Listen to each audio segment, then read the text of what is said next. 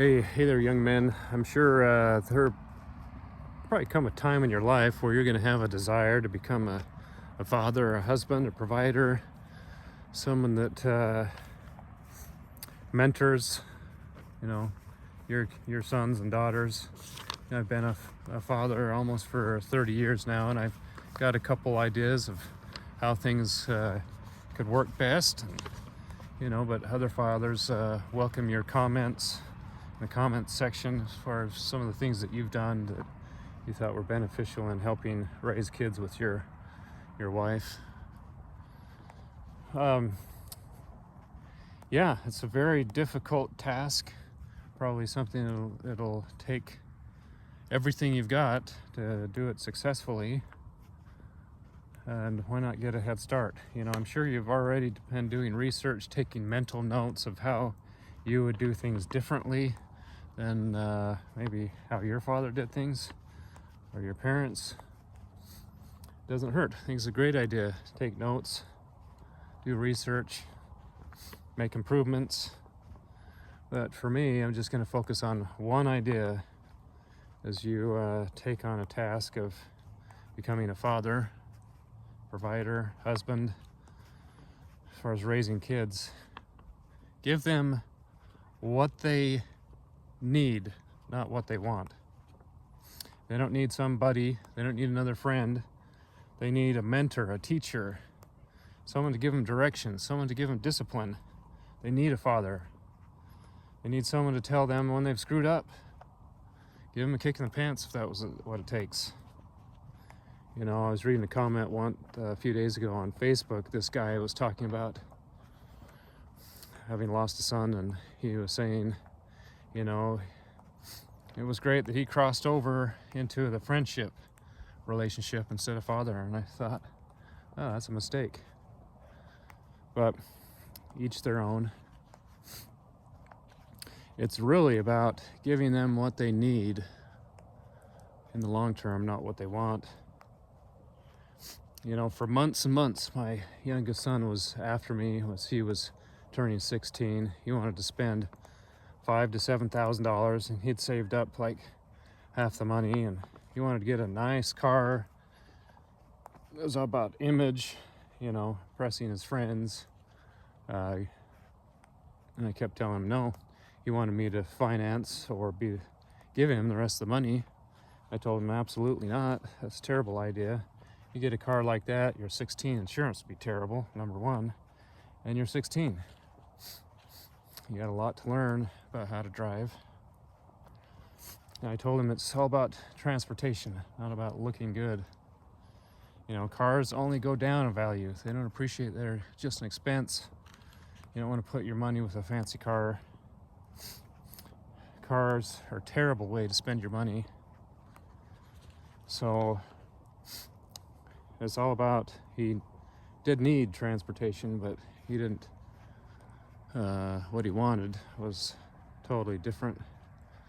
So thank goodness there was a friend in the neighborhood at about the same time that was selling an old car for $800.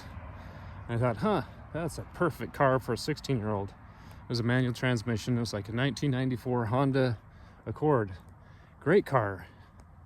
Great for someone just learning to drive. And I bought it, which should have taken the money from him. Anyway, I bought it, and for at least a month after, he said, I'm not driving that piece of junk. It's falling apart.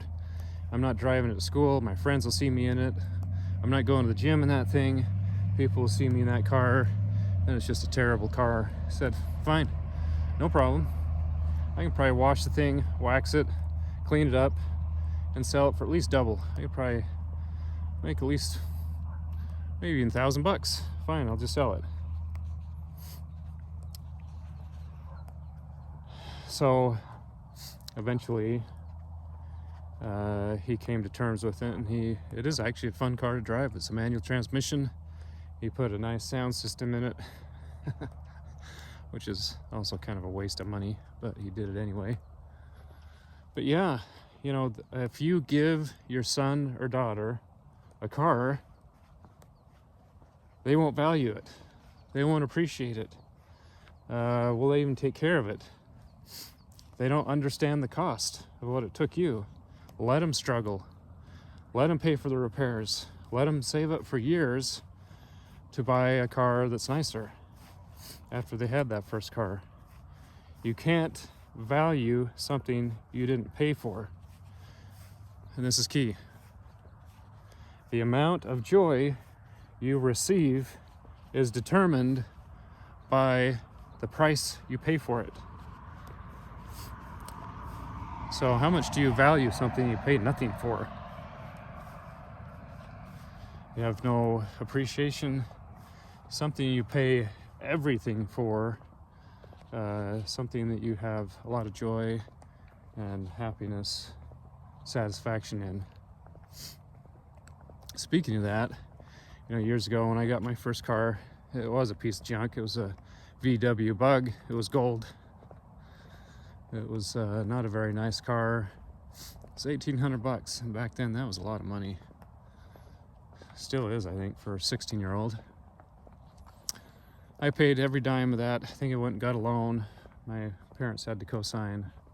I think back then they let us sign on a loan, even though I was a minor. But yeah, it was a piece of junk. So I started saving for a really nice car. I saved for years. For this, it was like new back then. It was like a 1992 Ford Probe. It was like a gray, it had this sweet appearance package. It was turbo. It was a nice car. And I had great value, great joy in that car because I think I spent like $6,500 on that car. And I saved up all of that money. Didn't even get a loan. It was years of working in the summer to save for that car. And yeah, the amount of joy you'll receive is determined by the price you pay for it. So, needs versus wants.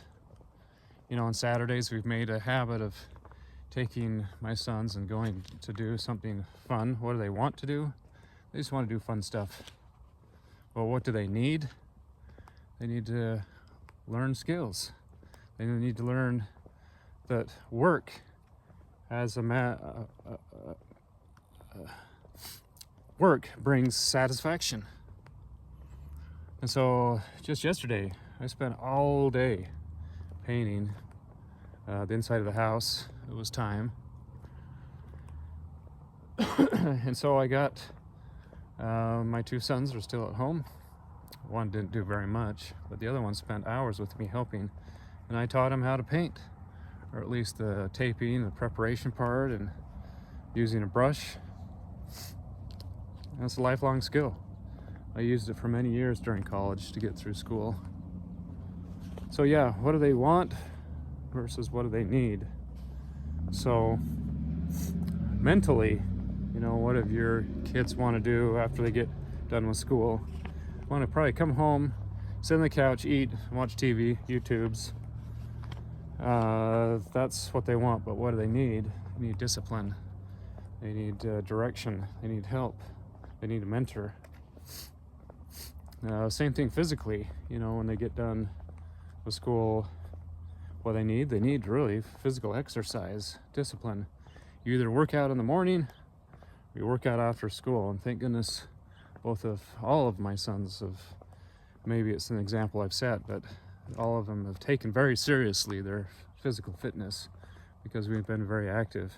I have a gym in the basement. That might be helpful to invest the money.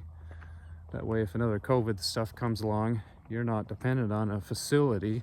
You can work out anytime you want in the basement. So I've got a nice gym and I use every single morning. Well, 6 days a week. Actually, that's a lie, 5 days a week. So, yeah, what they want physically versus what they need. They need to, get off the cell phone and go do something productive physically. So, physically, my youngest son, he's a senior this year, and he has a very easy schedule. So he doesn't have a first period every other day. So what does he want to do? He wants to sleep in. What have I been telling you he needs to do? He needs to get up. He's got a little business he's been working on. Pass out flyers. You need a schedule. On the days you don't have first class, go and pass out flyers. Promote your business. And on the days that you do have a first class, before you go to the gym, pass out flyers. Have a schedule. Set a schedule. This is your schedule. You stick by it. Discipline, direction. That's what he needs. A lot of times spiritually, what do they want?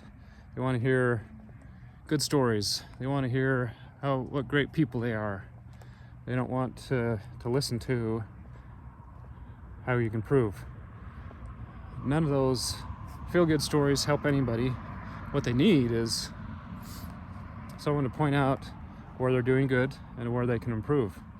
The goal is to only do and only say, only think what Jesus would do in your place, or not do what he would not do in your place. And that's your judgment. You have the voice of God in your life every day, which is your conscience that gives you that direction.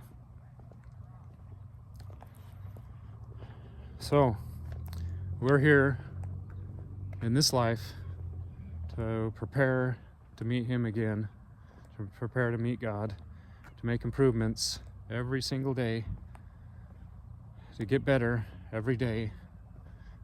Improvements is where it's at.